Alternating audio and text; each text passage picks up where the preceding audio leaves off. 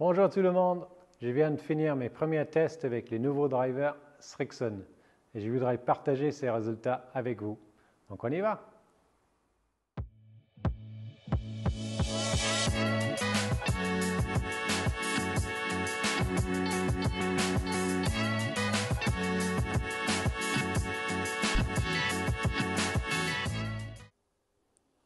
Donc voici les deux nouvelles têtes de chez Srixon, la ZX5 MK2 et la ZX7 MK2. Donc avec la ZX5, là on mise sur la tolérance, on a davantage de poids, donc on a 8 grammes à l'arrière de la tête de club ici, ce qui va baisser le centre de gravité et augmenter la MOI, donc la tolérance de la tête de club. On est sur une tête qui fait 460 cm3 avec une finition assez mate. J'avais un peu peur en le sortant justement que ça fasse un bruit un peu métallique, mais le centrage, non, ça fait un bruit tout à fait normal, donc pas de problème à ce niveau-là. Après, sur le ZX7, on est sur une tête de club qui est plus pour travailler davantage la balle. Donc, on a des masses qui peuvent être amovibles. Donc, on a 4 grammes sur la pointe et 8 grammes sur le talon d'origine, mais qu'on peut également inverser. On a également beaucoup de possibilités au niveau du shaft avec une bague qui a vraiment beaucoup de possibilités d'orientation pour diminuer ou augmenter le loft, orienter la face de club à gauche ou à droite. Les deux têtes font 460 cm3 et les deux têtes font 196 grammes en poids. J'ai utilisé comme toujours le shaft Kylie White en 60 grammes stiff à 45-50 de long. Et puis les deux swing weights sont tombés plutôt à D5, D6.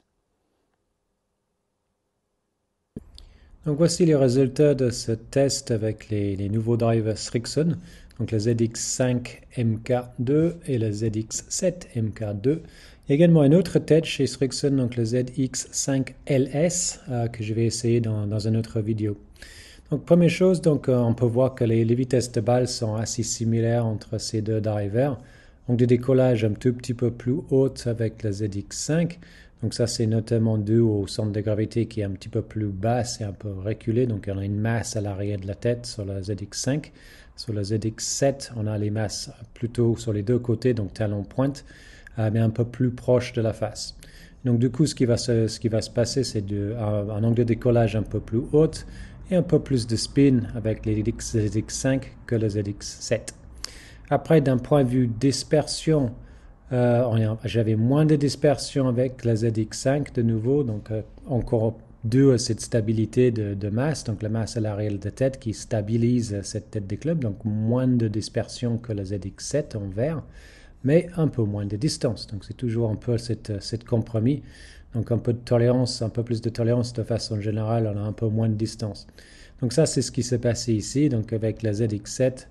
Un peu moins de spin, du coup un peu plus de distance, mais en contrepartie, un peu plus de dispersion. Donc, pour résumer, j'ai bien aimé ces deux nouveaux drivers Srixon. J'ai bien aimé la façon dont les deux posent devant la balle. Ça pose d'une façon très neutre. Le côté mat aussi est assez sympa à regarder. Peut-être le ZX7 pose un tout petit peu plus ouvert à l'adresse, donc pour provoquer un peu plus de fade. Mais les deux sont vraiment très neutres donc, devant la balle. Après, d'un point de vue tolérance, le ZX5, je ressentais beaucoup de stabilité avec cette tête. Les données étaient très similaires à chaque fois, donc que ce soit l'angle de décollage, le spin, la distance, très peu de dispersion latérale et profondeur. Donc vraiment les mêmes types de trajectoires à chaque fois. Donc ça, c'est super bien pour la confiance de pouvoir reproduire un peu le même type de balle à chaque fois.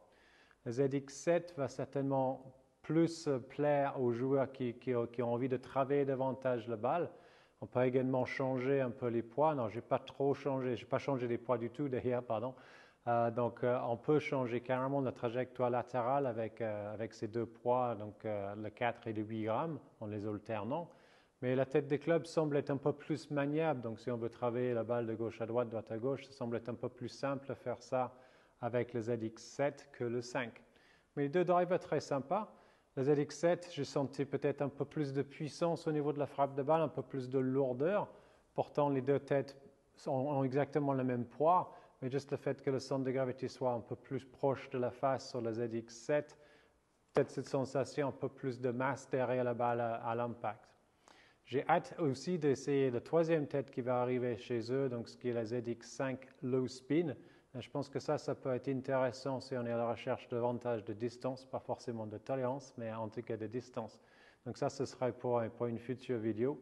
En tout cas, ces deux drivers-là n'ont rien à envier des autres drivers actuellement sur le marché. Je pense que ça va très bien fonctionner pour Srixon justement cette année avec un prix de driver aussi qui est beaucoup moins cher que les autres. Donc, ça peut être assez intéressant. J'espère que cette vidéo vous a plu et puis je vous donne rendez-vous très prochainement pour davantage de vidéos.